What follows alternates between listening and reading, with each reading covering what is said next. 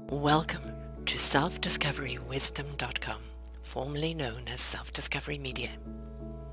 On these podcasts, you're going to hear people who speak from the heart. They've taken the journey in life.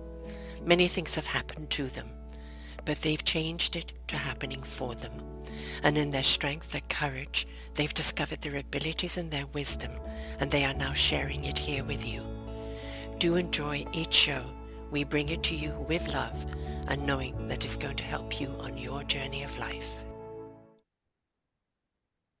Good morning, good afternoon, and good evening, everybody. Welcome back to another edition of Mental Health Awareness right here in Self-Discovery Media, well, wisdom.com. The past name is Media. I'm your host, Sarah Troy. My guest today, get my tongue out of there, is Deborah L. Staunton. And we're going to be talking about mental health, but a disruptive mood dysregulated disorder known as DMDD, and also the raising of 2 neurodivergent children. And looks like she had quite a handful on her hands. And also, what is this disruptive mood dysregulation disorder? I have not heard about it, and I'm sure you haven't either. So let's find out all about it today.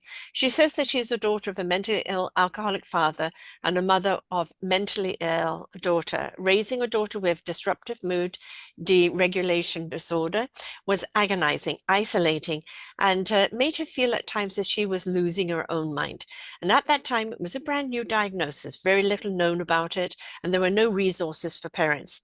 Now she's 18, her diagnoses have changed, and while they're still challenging, she has insight and clarity that she didn't have then. Sharing her experience with what she learned from it all, from helping parents that are on a difficult journey with their own kids, it can save someone a lot of heartache and headache and provide validation and support.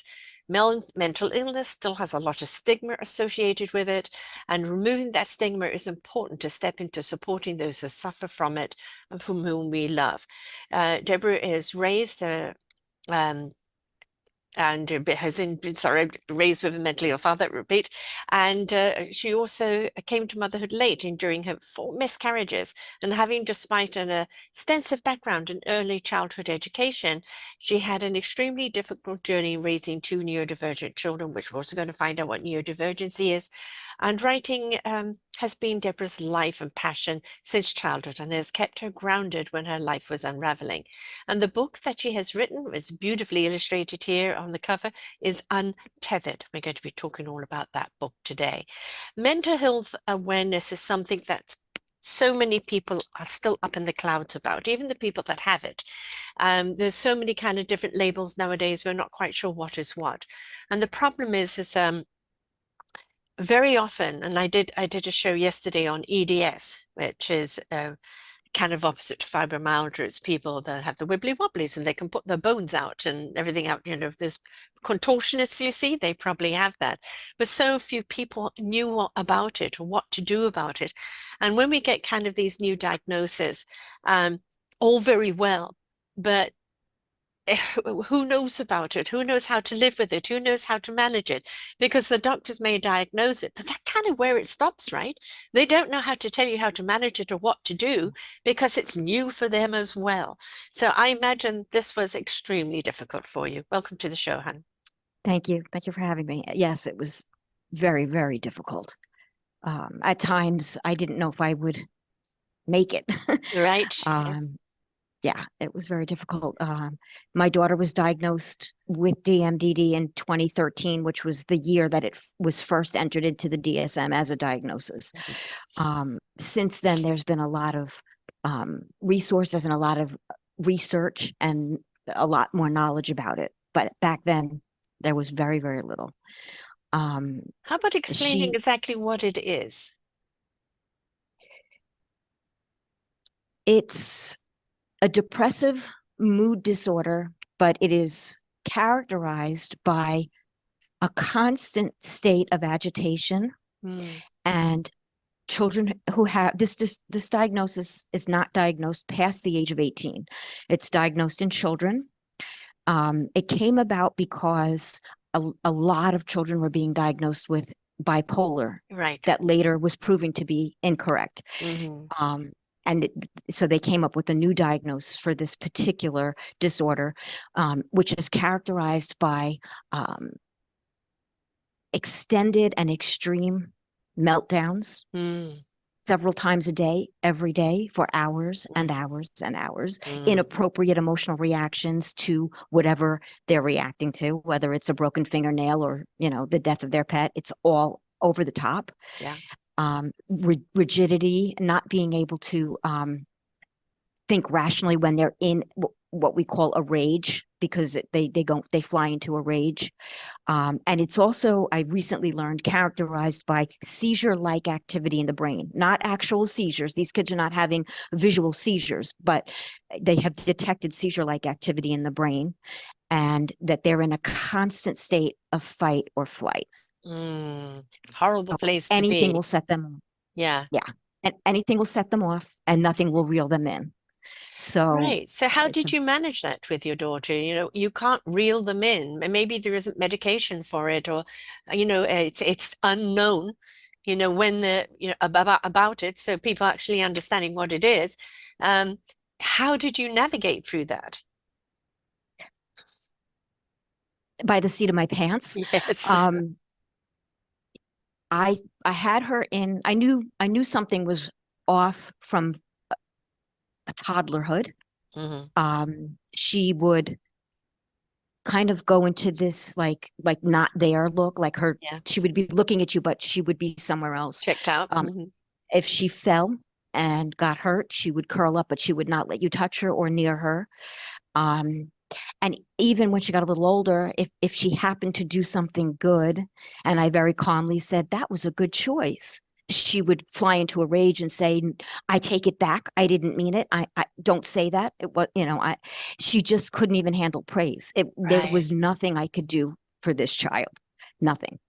What about school? I mean, how did she navigate that? For the first, up until fourth grade, she was very good. She had something called selective mutism, which is when they don't speak other than in very limited circumstances with family and familiar people. So when she was from preschool on up, she did not speak at school at all. She was very, very quiet. It did present difficulties because they couldn't test her for reading when she was in kindergarten. Right. They couldn't get answers from her. They didn't really know where she was at because she didn't speak. Once she got to fourth grade, some of the behaviors started coming out. Children with this disorder sometimes mask, meaning that they hold it together as long as they can, and then when they get to a safe environment at home, they let it out. Others don't. Others are having the same issues in school, and it's very, very difficult. She had issues in school, but not the same as at home. She wasn't raging at school, but there were definitely things that appeared to be defiance or, attitude or not doing what she's supposed to do. And there were a couple of times when I was called and I had to bring her straight to the psychiatric ER in order to bring her back to school the next day. Both of those times was when she was in fourth grade. There was one incident where they took everything out of her desk because all she wanted to do was read. She didn't want to do anything else. And they took everything out of her desk so she would pay attention. And she had a pair of children's scissors. And then they called me and said, she looked like she was going to hurt herself. And they took everybody out of the room. They called me in and she was on the floor with the scissors, 9 years old. I asked them why they didn't take the scissors away. They said they were afraid she was going to hurt them, which, she was never violent before. I took the scissors and they said, you have to bring her to the psychiatric ER before you can bring her home.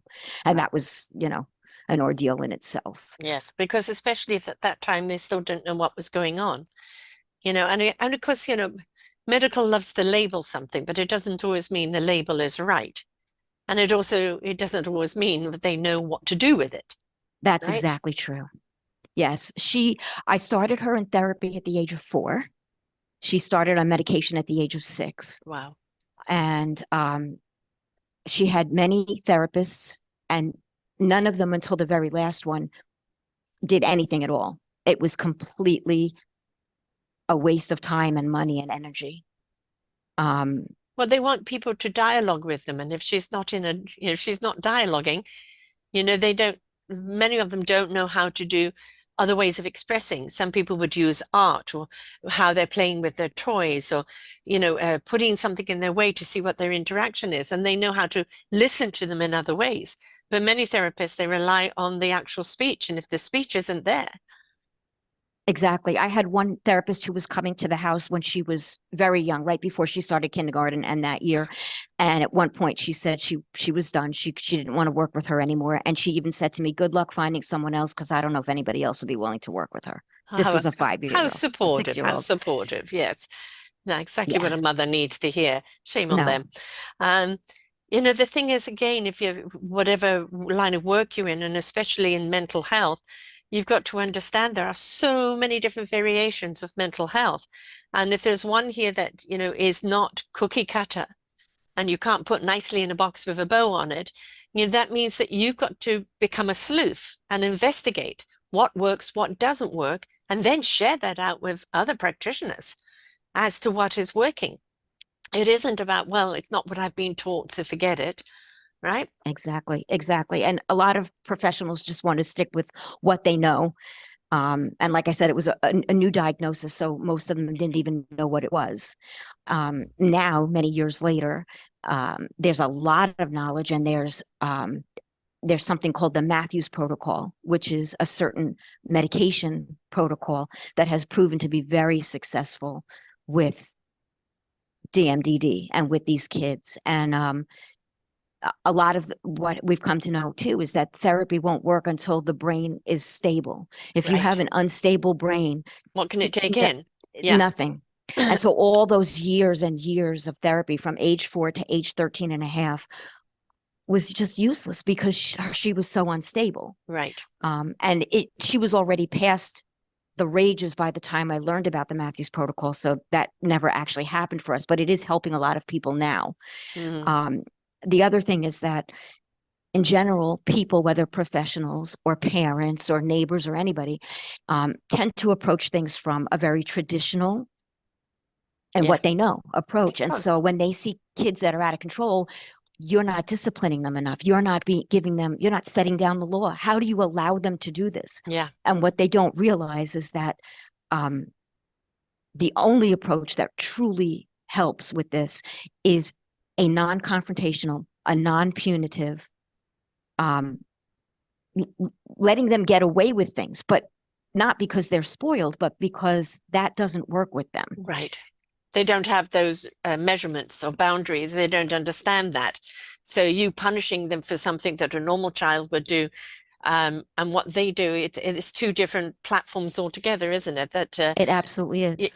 they're not children that are doing the everyday things like other kids that have a cognitive understanding of right and wrong. If you have a child that's constantly in turmoil in their thoughts, they don't know what's right and wrong. They just know, as you said, fight or flight, mostly probably living and being petrified or scared.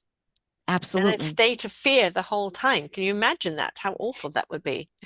And it's also very difficult because as a parent, no matter how much you love your child and feel for them, when they are like this day after day, hour after hour, week after week, year after year, Yeah. it is extremely difficult to stay calm. And I will Yes. admit, I didn't. I mean, I yelled, I punished, I did what human mothers do Mm. when they're extremely Pushed to the frustrated. corner. Yeah, exactly. Exactly.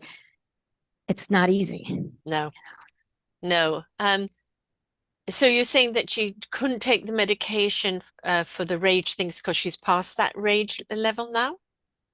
So Yeah. so that medication is only for the anger and the rage and the playing up.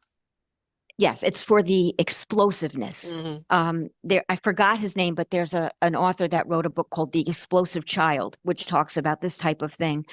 Um, and several of these uh, professionals who wrote books talk about cooperative parenting, where Hmm. you approach the parenting as how can we together come up with a Hmm. solution to this? And it's not about putting your foot down or laying down Yes. rules. And it's really, truly not saying no unless you have to, Yeah, working with the child as a partner, as opposed to I'm the parent and you have to do what I say. exactly. Yes. Um, It's like, quite honestly, they are the boss. You're just, trying to be the management, difficult boss. But um, how does this, like I know that I can't remember the name of it, but a friend's son has just been diagnosed with something, and what he has all the time is voices in his head, chatter in his head, and he's hypersensitive.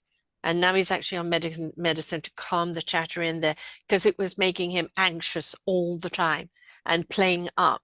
So I don't know if this falls under the same category, maybe a different level of it, or it's something different altogether. But this is the problem with the mind. We're dealing with the mind and the brain, is that there are so many different forms of mental health that, yeah, eventually it gets a diagnosis, but what does that mean? Um, and how do we navigate through it? Because there's just so many, aren't there? And it's really difficult. And this is, I think, where we, in education and in community, we need to have people who set up this. This is this association for this condition. This is this association for this condition. They talk with each other so they know where overlaps are or what maybe might work on this one.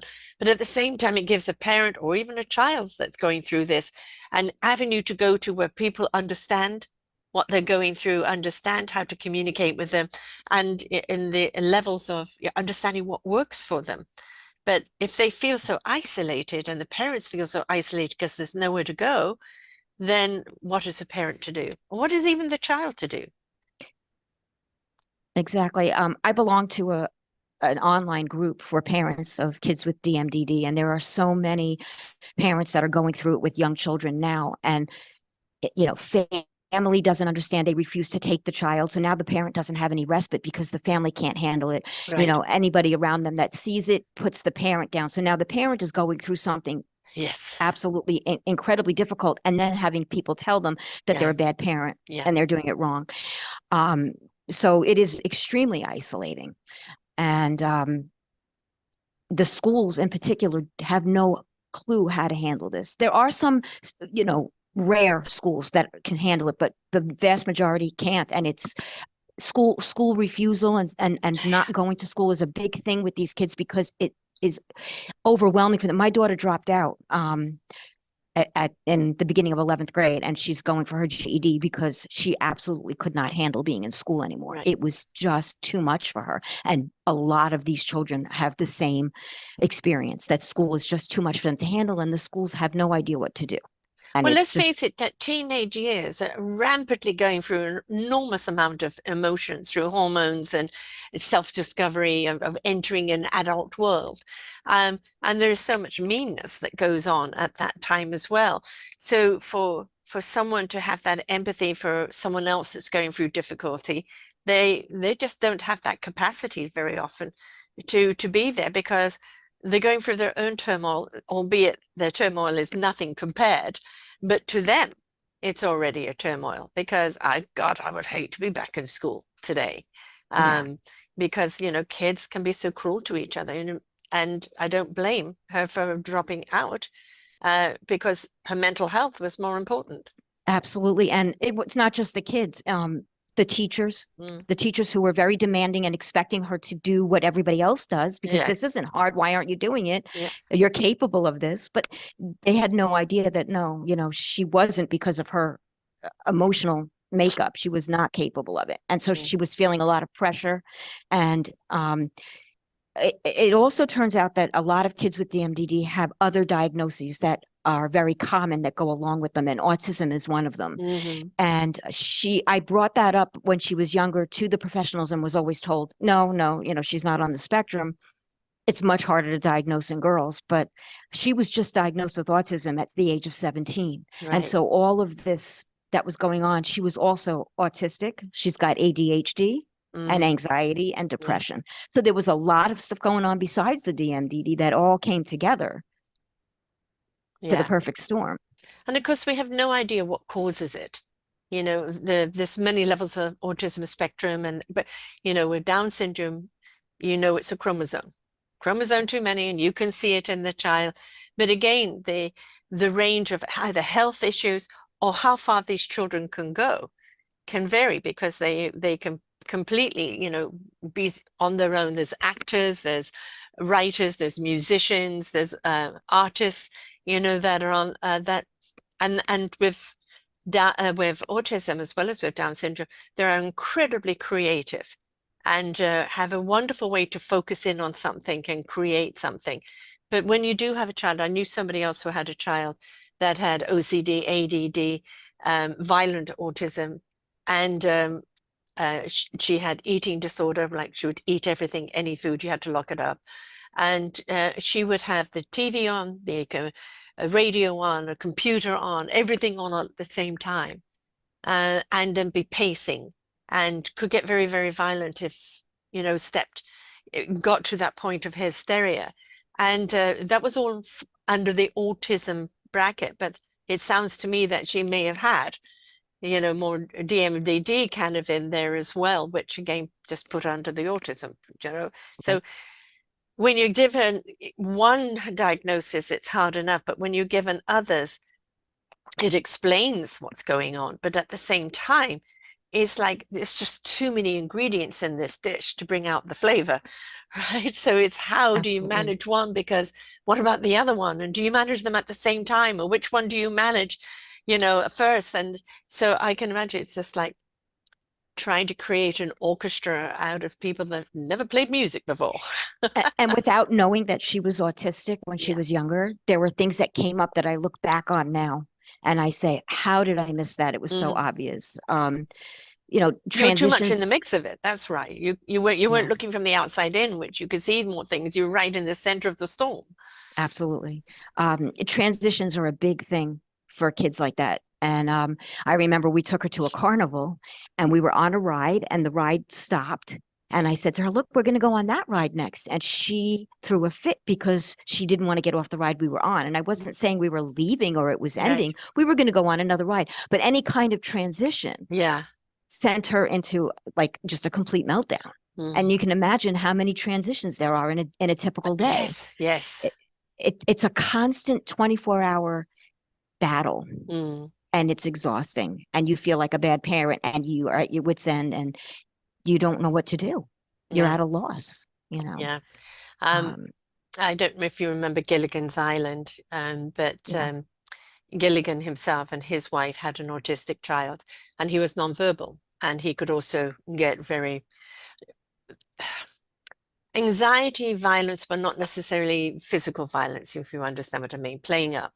And of course, back then, which is close to 30, 40 years ago, there was no support, nothing. So they literally were the only people. Like, I think they went out 9 times in 20 years because they were the only people there.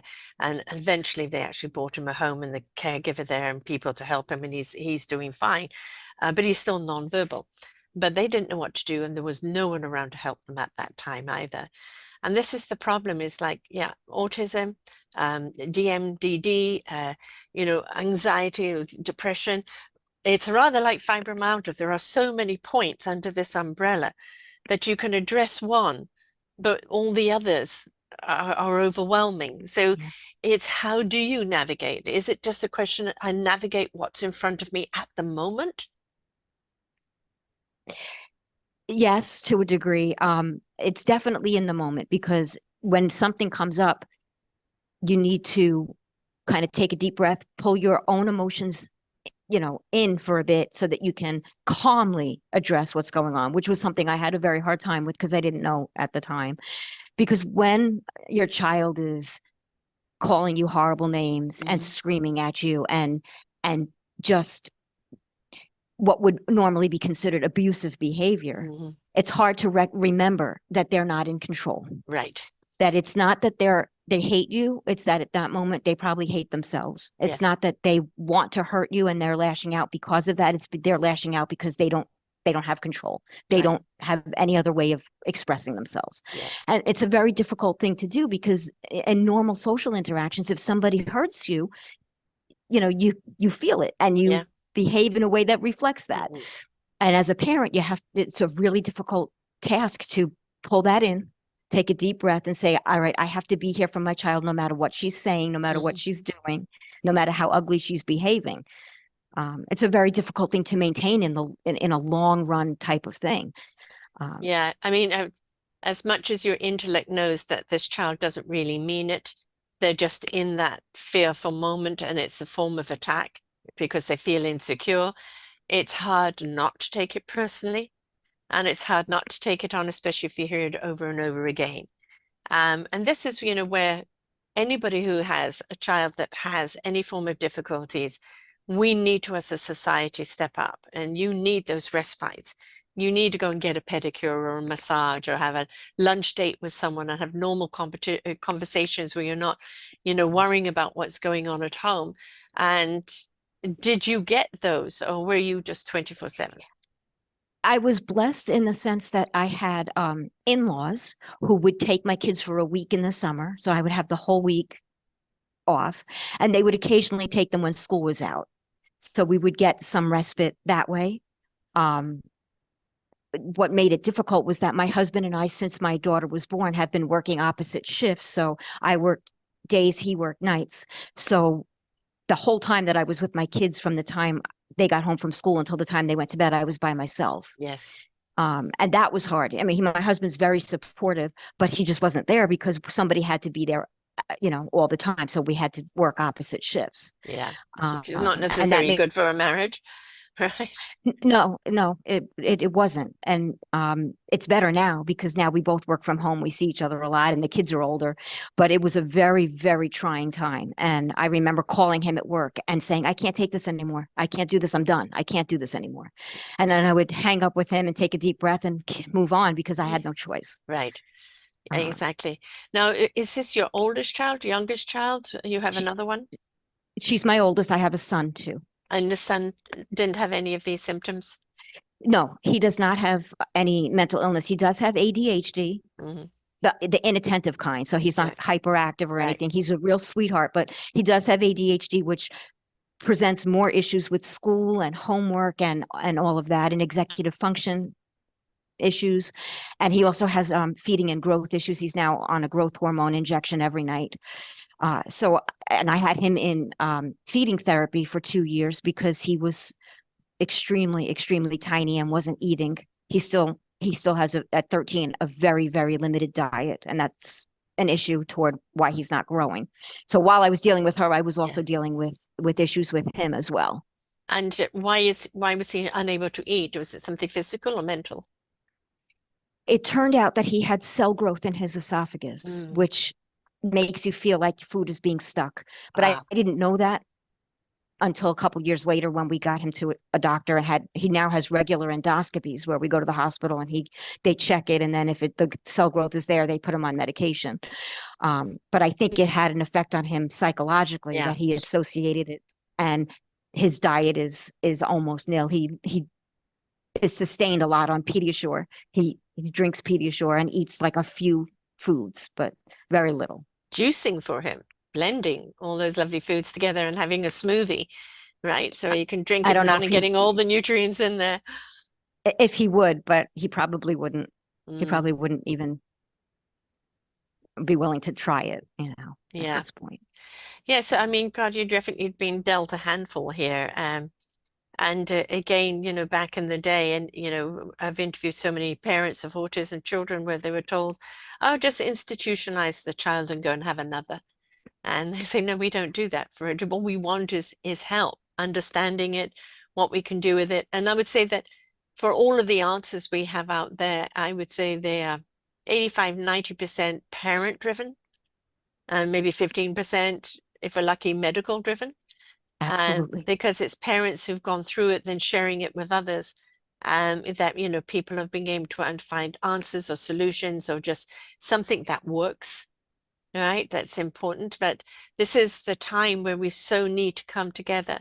And maybe you can't cope with the actual child for some reason to come and step in and look after, but you could sure damn bring a meal over or say, "Hey, I'm going to do your laundry," or there's other ways we can do it, right? Absolutely. And people shy away from those problems because they don't know what to do. And nobody's saying, "I'm going to go out for 4 hours. I'm leaving you with a child you don't know what to deal with." But you can come in and say, "Okay, for the next 4 hours, I'm cleaning your house. I'm doing something for you." So you can have that time with your child, or even if that child is quiet, time for yourself. So this is, I think, where community needs to step in and understand. You know, your child isn't defective. He's just been dealt a rotten hand, or both of them Absolutely. have. And, you know, that is nothing to do with their fault. It's just we have no understanding really of how the brain works and how wiring can go wrong, right? And it generally Absolutely. is kind of wiring, you know, a chromosome too many, or, you know, certain wiring with a hypersensitivity they can't take. It's so much around them that, you know, autistic children especially like that calm. Um, and it's for up to us to kind of hear the child and what they need, so you can, to the best of your ability, you know, give them that platform. And where other people should be coming to you saying, you know your child best, what do you want me to do? Yes, absolutely. And if I had discovered this support group on Facebook when she was younger, it would have been tremendously helpful. And I'm Yeah. so glad that it exists now for people who are going through this now. I read the posts, you know, every day, and I'm very grateful that it exists for these people. And a lot of them are going through even worse things than I did because their kids are very physically violent, Mm, and they're very, you know, they're concerned for not only their own safety but the safety of the siblings in the yes. house. And it's just a very, you know, they have to lock up all the sharps and anything that the child could use as a weapon.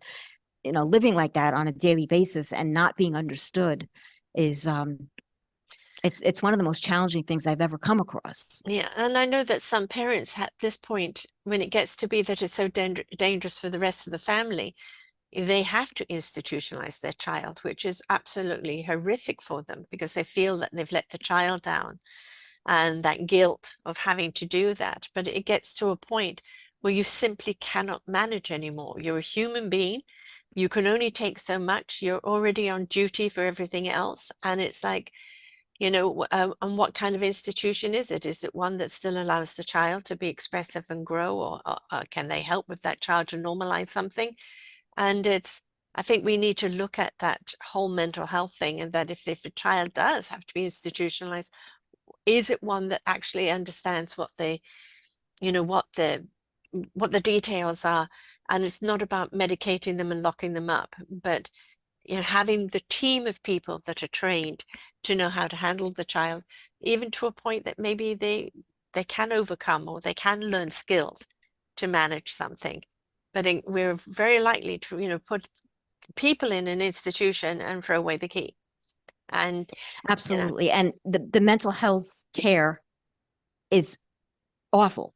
yeah, I mean, it's just awful. I read horror stories every day, especially for children, because they just don't know how right. to handle it. And my daughter, when she was 16, pulled a knife on us and threatened to kill us, and we had to call the police. And I had to watch her be taken away in cuffs, Mm, and she was hysterical crying, and it was heartbreaking. And then she was put into an inpatient facility for 10 days, and it was absolutely traumatic for both of us. And mm, when I heard what she went through in there, I realized that it was abusive and not a good place for her to be.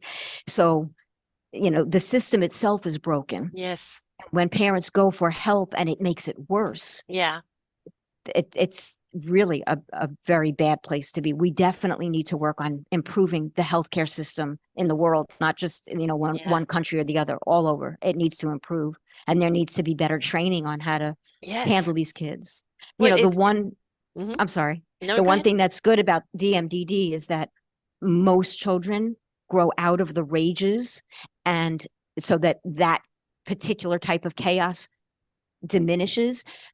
It will either turn into a depressive and anxiety disorder. Some will be bipolar or have other diagnoses, but they grow out of that raging Mm, as they approach 18. So that is something that parents can look toward forward the to, future. That yeah.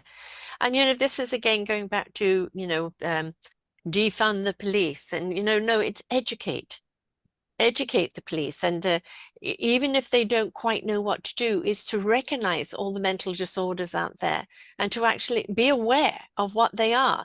You might not be able to completely identify it, but, you know, maybe that person is playing up because they're autistic, or maybe they've got dementia, or, you know, maybe they have high anxiety, and you coming along as a big bully demanding that they do this and do that is a bigger threat. You know, they're absolutely scared. And what do people do when they feel so threatened? They fight back. And then you treat them as if they're violent. No, they're scared. So I completely agree that in situations like that, social workers that have been trained to at least recognize, if they don't know the full diagnosis, at least recognize something to go along with the police and show the police how to defuse the situation. They do this in other countries very, very successfully. But, we've bred a very militant police force in North America, where it's like, shoot first, ask questions later, very cowboyish. And we need to have more empathy and sympathy and understanding. I might not be able to say, oh, this is this or this is that, but clearly there's a mental disorder here. And I've got to be very careful how I approach it, because cops are here to serve and protect. And that means everybody, even those with mental disorders that are playing up at the time. They're playing up because they're scared. Yes. What can you do to diffuse the situation? We were blessed because the police that came were very understanding. They apologized to us for having to put her in cuffs, but it was protocol, and they were very good. But what you were saying is absolutely true, and we were just very blessed to get good police officers at the time. But even people like nurses. After this whole incident at the hospital, my daughter went and stayed with her boyfriend's family for 6 weeks because she was furious with us. And when she finally came home, she was very ill. And at this point, she was 16 and a half. And I took her to the emergency room because she was so ill. And they did blood work, and they found marijuana in her blood work. She was 16. And they didn't speak to me. They didn't ask me anything. They called CPS and they reported me for child abuse. And this was right after this entire traumatic. Yeah.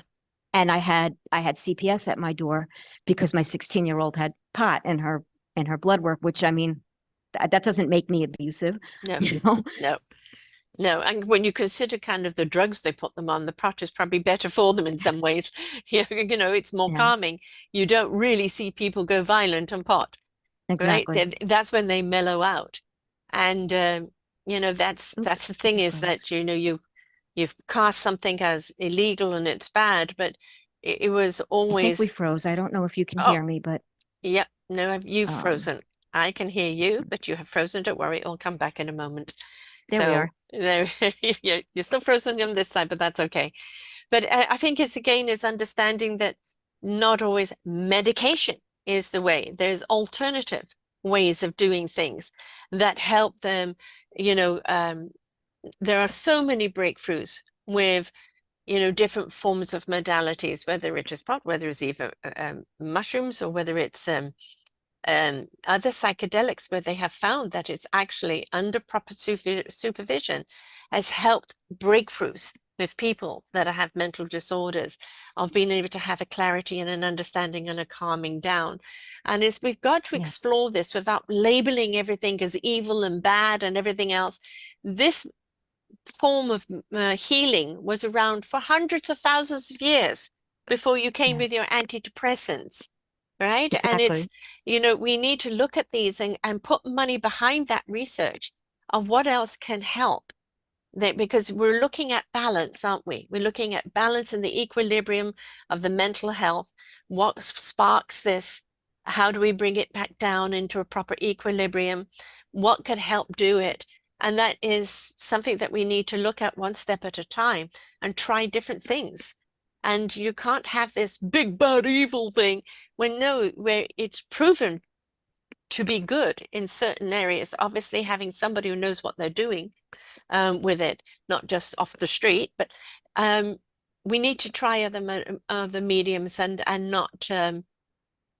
not paint everything with one brush, because I know I'm talking many, many years ago, because I've suffered greatly from depression in my life, and I was put on a new antidepressant, and during this I thought I could fly, and I nearly flew off a cliff in my car because I thought I had wings, and it was my dog that saved my life. She barked at me, she pawed me, and eventually she threw her entire body over me, and I was driving stick, and I came to the edge of the cliff with my tires on the edge.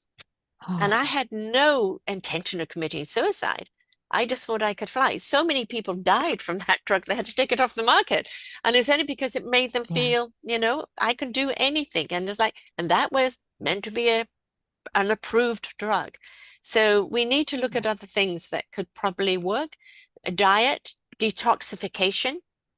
There is Yeah. somebody I have in a book where it talks about a detoxification that takes all the metals out. And one child with autism who had no speech at all, after the detoxification and the metals out, started speaking. So Wow.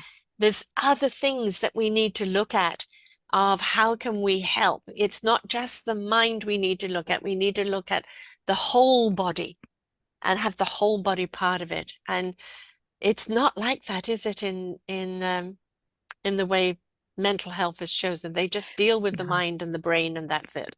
absolutely. I mean, that's how most medical Yeah, professionals approach things because that's their training and that's where they're coming from. That's their perspective, and it's not integrated into a no, holistic approach. never.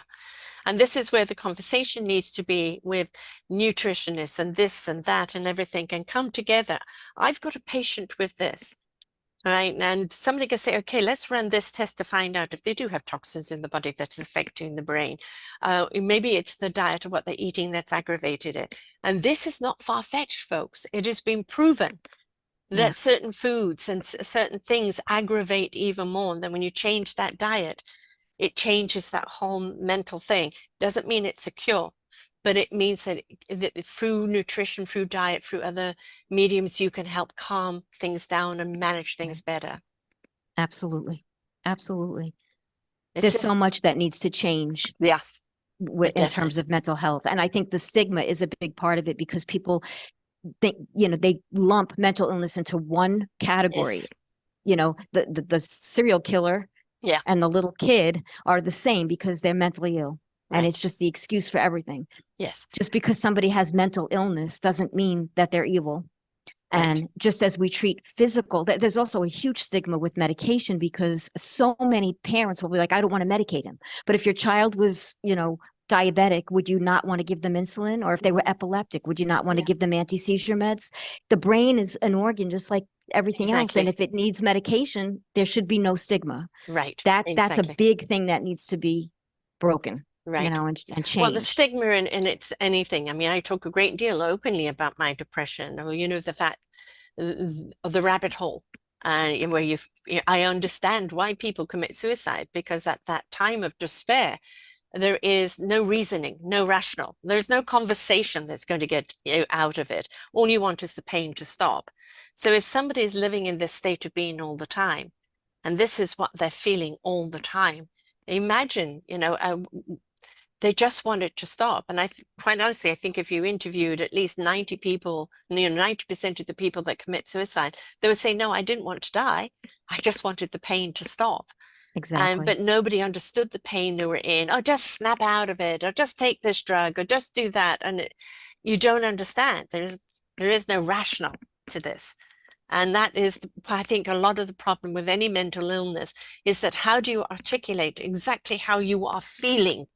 And the fact that there aren't the words to go with it, right? I can't explain it. And I'm sure that's your daughter. I can't explain why I'm so afraid. I can't explain why I'm in a rage. Yes. I can't explain that I'm in this state of being. It doesn't make sense to me. So how can I make it make sense to you? She said something heartbreaking to me just the other day.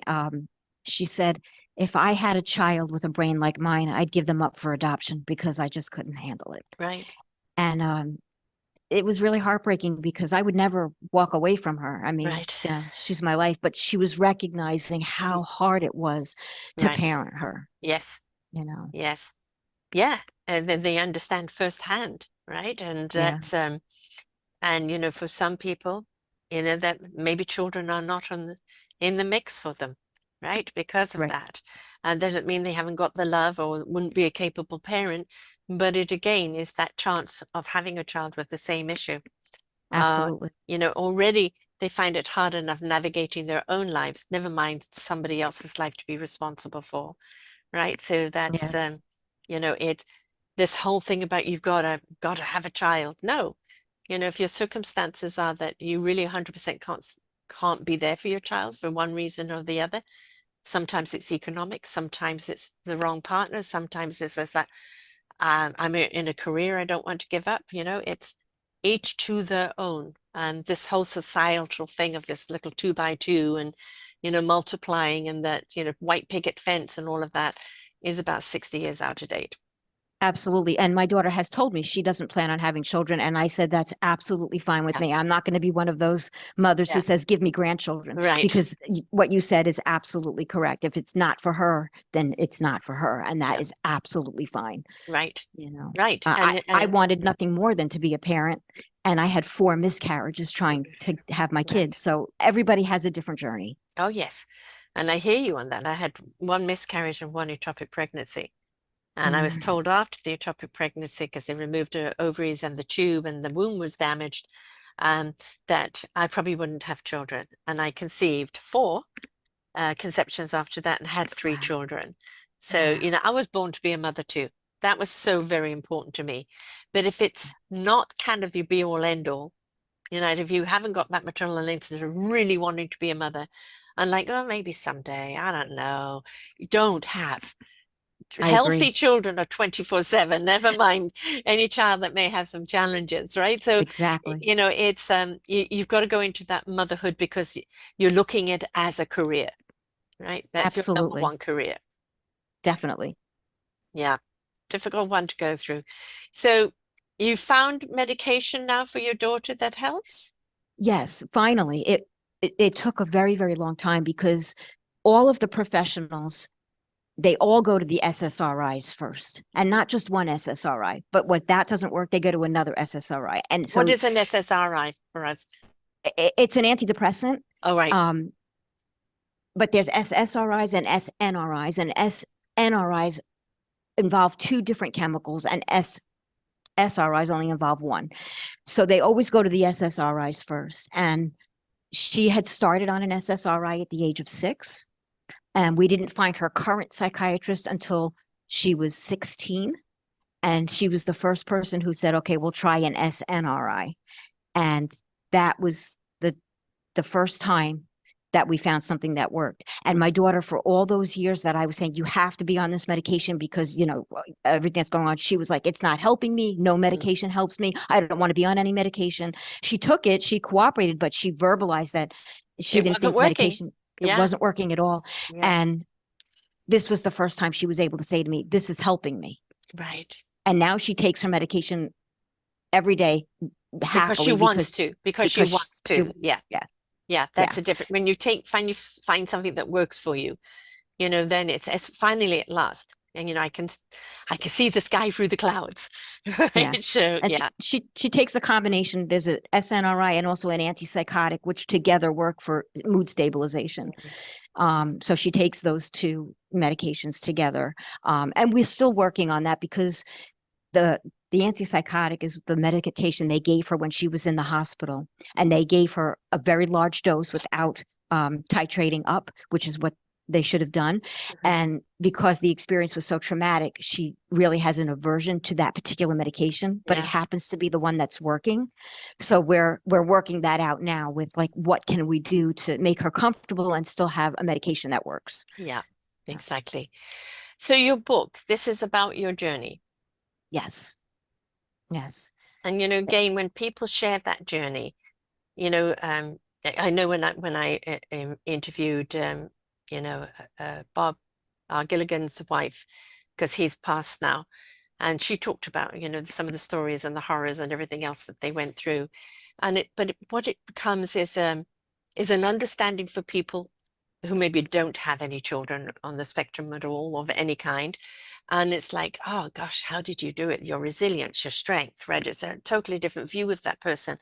But it's a different view when they meet somebody a parent of somebody who does have a child on any form of spectrum, because it's like you don't judge the book by its cover. I've listened, I've learned that is what you're going through, and it's like, what can I do to help?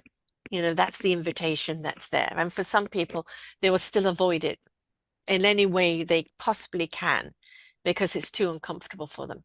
And sometimes Absolutely. we got to push for comfortability and be there for someone and get Yeah, comfortable with it, right? Sometimes we've got to do that. absolutely. But obviously, we've all got to take care of our own mental health too. And if it puts too much stress on your mental health for some reason, then no, you could support in other ways, right? But Right. it's bringing that awareness. So I'm glad you've written that book because I've not heard of this before, right? And it's a combo. You know, like so many diseases we're seeing today are combinations of. And this Yeah. seems to be a combination of, and that's why it was so hard to diagnose and hard to understand because the underlying autism, right? And then Exactly. the whole anxiety thing. She should have been on the higher pill earlier.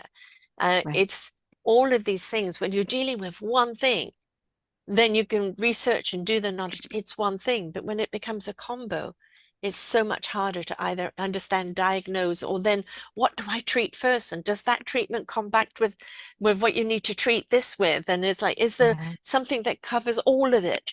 Right. And so, yeah, a lot harder. A lot harder. Yeah. And, there's also people who see this from the outside and they say, well, why don't you, give her a consequence? Why don't you give her a punishment? Or why don't you give her a sticker chart and reward her good behavior? Yeah. Because these are things that are tried and true. And they don't realize that that's so far from the reality of parents of kids like this. It's Yes. so, you know, they can't wrap their heads around, you let them be on the screen for this many hours, or you let them not brush their teeth.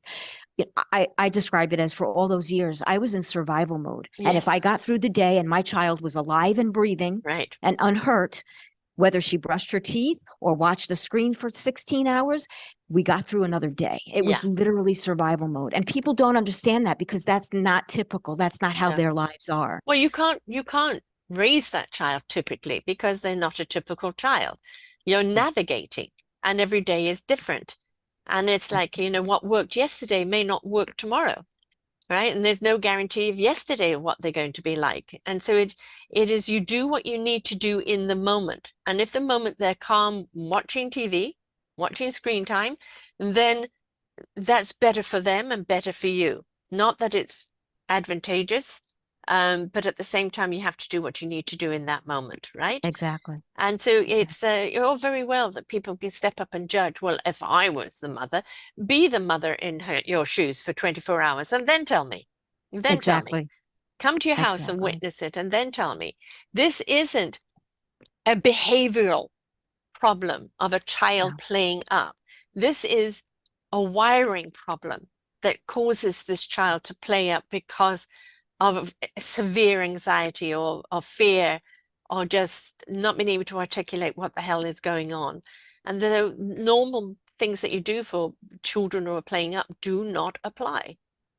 Absolutely. And the flip side of it is that on the rare occasions when we had a wonderful outing or a wonderful moment that would be typical for another family, it would it would resonate in my heart so much because Yes, it was something that was so rare and so right. precious. I mentioned she was selectively mute and she really didn't talk at all. And when she was in second grade, she was in the chorus. And she came home one day and she said, I auditioned for a solo. And I said, you what? And she got the solo and we went to the kids recital, the concert, and she stepped up to this auditorium full of people and she sang. And the tears were pouring down my Yeah. cheeks. And it wasn't because I thought my kid was so much better than everybody No, else's, but my kid had a story that yes, was not known at that time right. to the other people. That was so big for Yeah, us. exactly. It would be big. Do you watch America's Got Talent? And I there's have. Yeah. Cody, who autism that won, and he's won a couple of times, the champion won a thing, and he has autism and he's blind. And when you talk to him, it's yeah, so fun, and he's got a great personality. But when he gets to that piano and he starts playing and he starts singing, he is a totally different person. Yes. Incredibly talented. And I think he was a great introduction to people to see people with challenges, blind and autism. Mum has to be with him everywhere to guide him, and that you need his whole persona is kind of very different. And yet he won the hearts. It was the same with young Keshi, who came on burn victim. I'd interviewed her before and I interviewed her a couple of times since. 65% of her body burned. and totally scarred. And yet when she sang, everybody saw the beauty from within. And what these shows are doing, and back 15, 20 years ago, Simon wouldn't have allowed this. But now he's beginning to understand. Right now there is a blind girl that is going up into the semifinals. And it's Yeah. like we see people who I call differently abled. And what we're seeing is the abilities they do have and not focusing on the things they don't have. And Yes. we can have some very normal people. And what do we see they're doing with their gifts? Absolutely zilch, nothing. And then we see people who are facing the most incredible challenges in life, getting up there and showing us what resilience, what persistence, and what gift they really are. All right, but of the loving support around them, and because they believe in themselves. And for your child to get up and sing, maybe that is your daughter's avenue. Maybe that singing is where she finds her peace. Yeah, absolutely. Is she still Absolutely. singing? Not in front of people, but I've encouraged her a lot. But as she's gotten older, she's become a little more self-aware, self-conscious, Yeah. and not as eager to get up on stage. But I've encouraged her to do it because she does have a beautiful voice. She also draws, and she's very artistic. Yeah. Autism children are, they're incredibly, incredibly artistic. Does she work? Does she? I'm Work. sorry. Does she have a Work? job? No, No. no. She does not. She has severe social anxiety, Mm-hmm. and one of the things she expressed to me about being in school was she hated the idea that she had to be there and she wasn't allowed to leave. Right. So, like a 9 to 5 job is not something that is in her foreseeable future at this time. But she's only 18, and I have, optimism that she'll find her way eventually in the world. Again, we have the autistic people I've interviewed. It's amazing. One was a DJ doing the old-fashioned DJ, and the music has been brought to you by, and all about the artist. And he's a postman. He's now married with a kid, and another young girl who's written 2 books, writing a third one, mystical books, where she does all the graphics for it as well. And, a graphic designer, but it's Wow. always around the arts, right? It's Yeah. always around that expression because that's where their voice is. It's in their art. And Exactly. whichever way they bring about their art, that is really where you're truly seeing who they really are. And so, Yes. but they all will say, don't like crowds. I have a selective few people around me, and there are people that are in that frequency that I can manage. And I can't Yes. take that stacket and that other frequency. And do you know what? A huge lesson to learn from them. I don't blame them. I've got like that as I've got older. I hate crowds. I hate Yeah. being amongst all these static people with their mixed energies. I want to be around a few selective people with the right energy. Absolutely. Yeah. It's understandable. Right? Definitely. They're great teachers to us if we only would bother to learn. Yeah. Right? There's a lot that Yes. they can teach us about how they're navigating through this and where their true essence and their true gift really is. And if we stop focusing on the what we call the disability and just look at the different abledness and where they are very able, that ableness is generally a great gift if we could only open our eyes to see it. Absolutely. I agree. Definitely. So the book is out now, Yes. It's been out since June. right? And so people can get it where? On Amazon, obviously. Anywhere, pretty much anywhere books are sold online. Amazon, Barnes and Noble, Walmart, Bookshop, like anywhere online that books are sold, it can be purchased. Just Why did you call it untethered? because it's about the untethering of minds, relationships, and pregnancies. It was a Mm, word that really fit everything that was in the book, and it untethered can be untethered as in a bad way, like untethered minds, or right? untethered as in freedom. Yeah. So I thought it was a perfect title. A beautiful image on there, kind of a woman growing out of the ground, but the ground is untethered from the earth as well. Yeah, So, yeah, kind of speaks to, um, a growth and an expanding and rising up into a higher consciousness as well, definitely. absolutely. Yeah.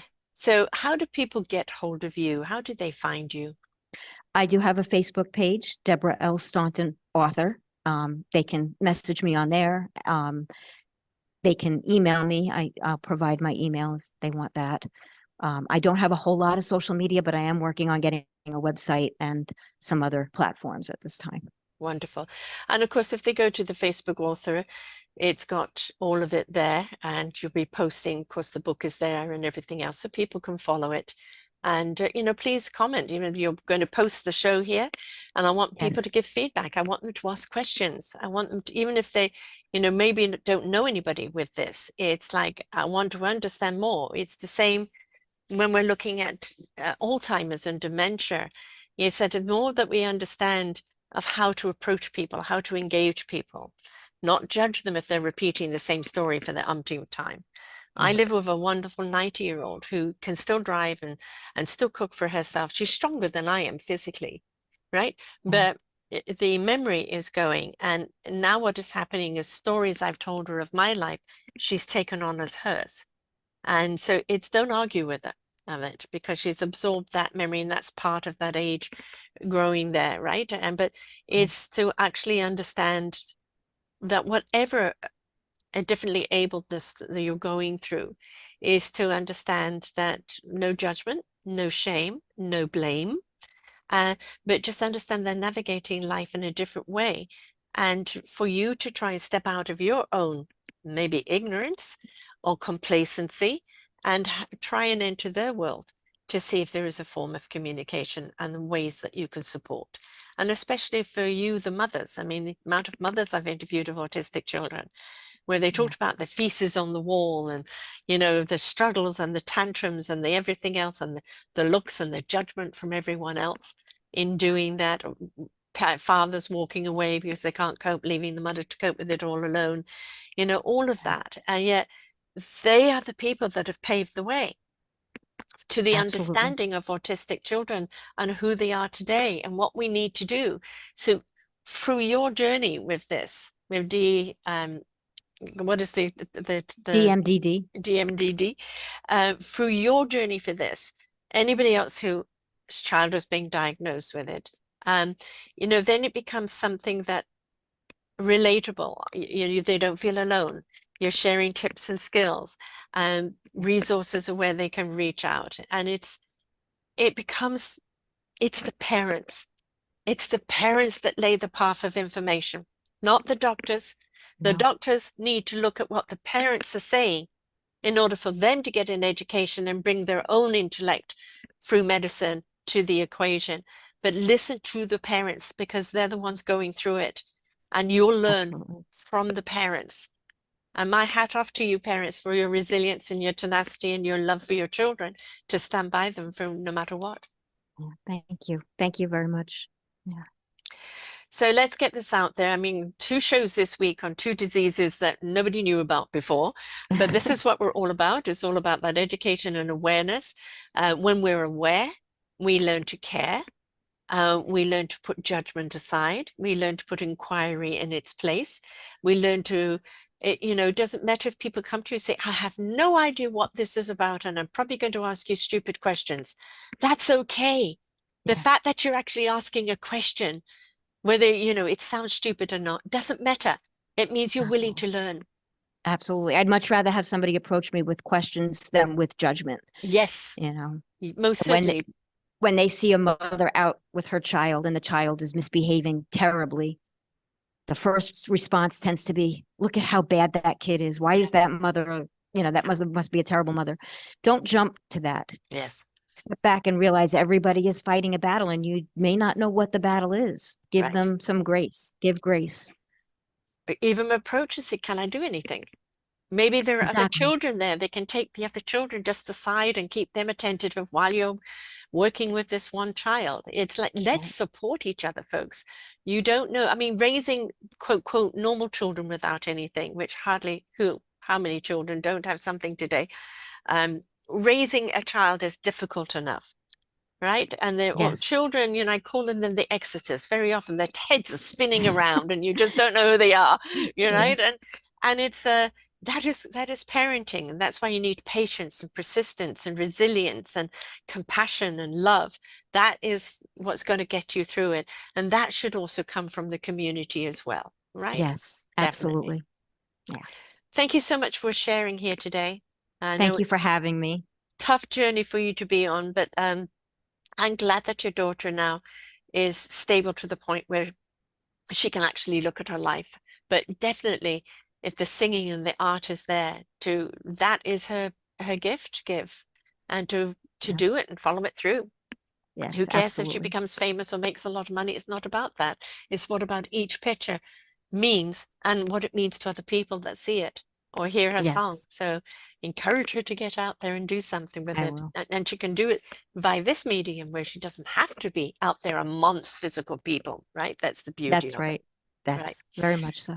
And see if you can get your son to try a smoothie. There are lots of lovely things because it tastes absolutely delicious, and the nutrients that you can get into him through that way is absolutely fantastic. So, I will give it a but shot.